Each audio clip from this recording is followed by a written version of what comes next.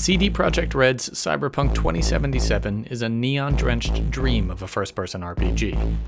During the 20 hours I've spent inside of the sprawling megacity, dubbed Night City, I've encountered plenty of memorable sequences and characters, and most every corner feels like it's bursting at the seams with life, making the year's most anticipated release worth the wait. Your new life starts now.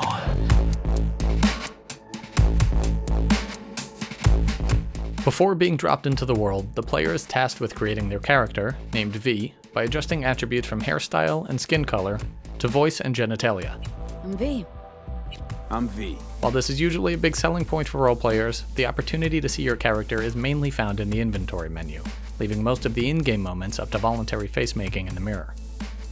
What does matter here is the background you choose, and the player is given a choice of 3: Nomad, Street Kid, and Corpo. Each one will provide a slightly tailored experience in terms of mission approach and conversational opportunities. And depending on which you choose, you'll be treated to a different prologue that sets up the narrative, connecting V to different characters and giving you a glimpse of the hierarchy in Night City. As a street kid, I looked up at the sky and longed to ride in a flying car. As a corpo, I had a taste of what that high life was all about. The first time I stepped out of my apartment in Night City, I was enamored with the bright lights and life around me. You'll find scores of people going about their daily lives, crime scenes that come and go, and markets brimming with activity.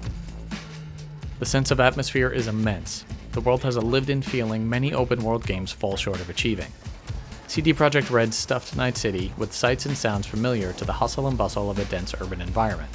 Loud crowds, the constant hum of car engines, massive holographic advertisements. There's even a crosswalk system for pedestrians to get around safely. Rooms and shops are packed with detailed set design. Each section of the city has character and acts as home to the various gangs inhabiting these somewhat lawless streets.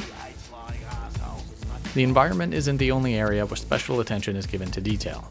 Take for instance this conversation with Dex, T-Bug, and Jackie, V's lovable partner in crime. Jackie has been hyping up this big score for a while now, and a lot is on the line for him. Money, fame, and most importantly, freedom from the life he wants to escape from. He plays the macho persona, but on the inside, he knows he's as mortal as anyone else. The more I tell her everything's okay, the more I feel like I'm straight up lying. While going over the details, he has a noticeable restlessness in how he bounces his leg. It's a surprisingly human quality you don't often see in games, and reminds us that emotion doesn't only come from facial expression and dialogue. While we're talking about detail, let's talk about the amount of dildos in Night City. I mean, seriously, it's kind of alarming. There's very clearly a sex-obsessed culture here, which is evident when you take a minute to turn on the television. But outside of that, dildos are just everywhere. Ones you can pick up, ones on display, a katana meant to be a reference to one. Sometimes I'd go and sell my junk after looting an enemy base and realize I picked up a couple unknowingly. If I don't realize I'm picking them up, I think that means there's probably too many. But hey, I'm not judging. Well, actually, I am judging the person who put a dildo on this radio tower out in the desert. Your time in Night City is spent trying to get out of the big ol' mess you find yourself in during the game's first act, but when you need a break from that, you have a range of side activities and quests to tackle. These are mostly your typical open world fare: street races, busting gang activity, hunting targets, and so on. As you complete these, you gain street cred, and the more of it you have, the more side content you unlock. I prefer to stumble upon most of these naturally rather than setting a waypoint for them. For instance, on your way to the next story mission, you may pass an arcade that a local gang is holding up, and CPD will ask you to take care of it. After that, a fixer might ring and tell you that there's a gig nearby that requires you to retrieve a laptop with vital information on it, or ask you to find and warn an honest police officer that her corrupt colleagues want her dead. When these activities are emergent is when they're at their best. When they're made a focal point, the repetition can wear on you. You also have more narrative-based side missions, which are enjoyable slices of life in Night City. These often involve characters you have already come to know. Having a rapport with these quest givers is a nice cohesive approach to the game's design, and helps motivate you to actually, do them, as opposed to having a nameless resident asking you to kill a gang member that's hunting them. Need a driver. Thought you might do. How you approach a mission is largely left up to you, and can be easy or difficult depending on your character's build. The gunplay is what you may expect from a first-person shooter, but it's modified by a few other mechanics to give it a different feel. One you may be familiar with if you've played a modern-day sex game.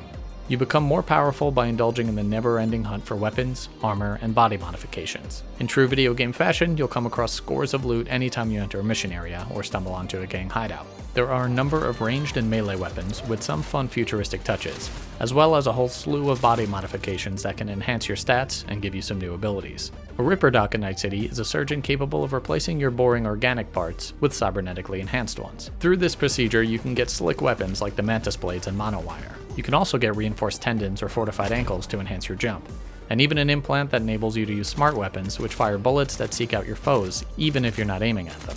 In addition to these, your arsenal is rounded out with quick hacks, which serve you both inside and outside of combat.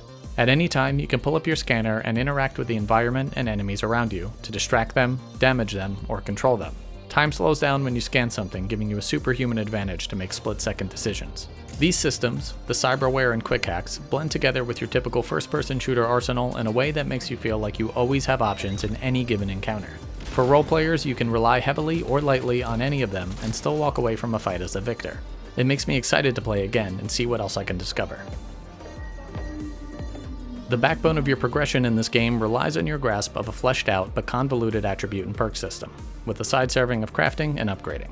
It would take a while to break it down, but the good news is that the more you interact with it, the better you understand it. I found the least stress just going about it in a nonchalant manner. When I had points, I would dig into some of the attributes I found myself enjoying as I played, and spend my resources there. Sometimes I'd come across a locked door that required more points in another category, and I'd make a note to spend some energy on that front. The more you use a skill or item that's tied to a specific attribute, like handguns, the more you'll level that individual category up and unlock more of the skill tree along the way. Because of its complexity, the earlier parts of the game can often lead to players spending a lot of time in menus. If you're like me and you get frustrated by that, you'll push it aside and learn as you go. If you'd rather have all the info up front, you might find the pace interrupted more frequently than it is by your standard inventory and skill management, especially when it's coupled with reading all those shards that you pick up if you like to soak up every bit of lore. All this backend stuff is a bit at odds with how immersive the rest of the game is, and it does leave me wishing the game would stop having me pull up menus to read text messages, change the radio station, call my vehicle, and so on.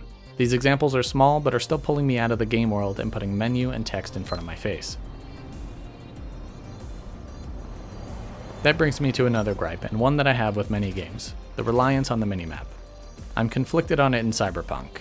On one hand, all these optical enhancements of course would give me a real-world UI of sorts with detailed information, including vision cones. On the other hand, when talking about usability and player experience, if you shifted all that information to the main screen, it would probably be convoluted and messy, require more processing power, and may not jive with the aesthetic. So I get it, but I spend a lot of my time looking at the minimap, and it pains me to do so when there's such a rich world in front of me.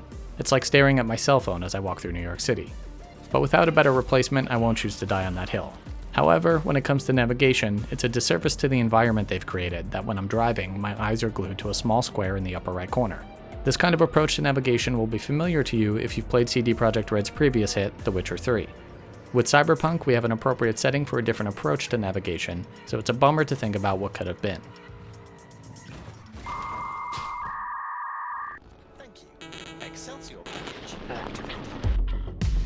Cyberpunk 2077 is a game that shoots for immersion and mostly hits its mark. NPCs are reactive. Everywhere I look feels like it was handcrafted to appeal to my adventurous playstyle. Characters actually have some depth to them, and the performances are enjoyable. The choices you have in combat and character creation feel empowering and fun. Night City feels alive every time I boot it up, and I find myself having trouble putting it down. There's no shortage of visual, and often hilarious, bugs, yet it's quite surprising how it keeps me immersed despite the constant reminder that I am playing a game. There's a line a character says to me that really stuck.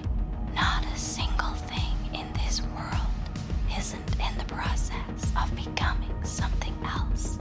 That may be true of the game too, which will be updated repeatedly after release, hopefully for the better. I should note that CD Projekt Red has been criticized regarding the game's development and labor conditions, and continued portrayal of racial tropes. Some things patches can't or won't change, and it can make it awkward to get excited about some mission or feature in the game. But as I think about my excitement for the game, I must also consider the ways in which it, and the people around it, can still grow to be something else, something better.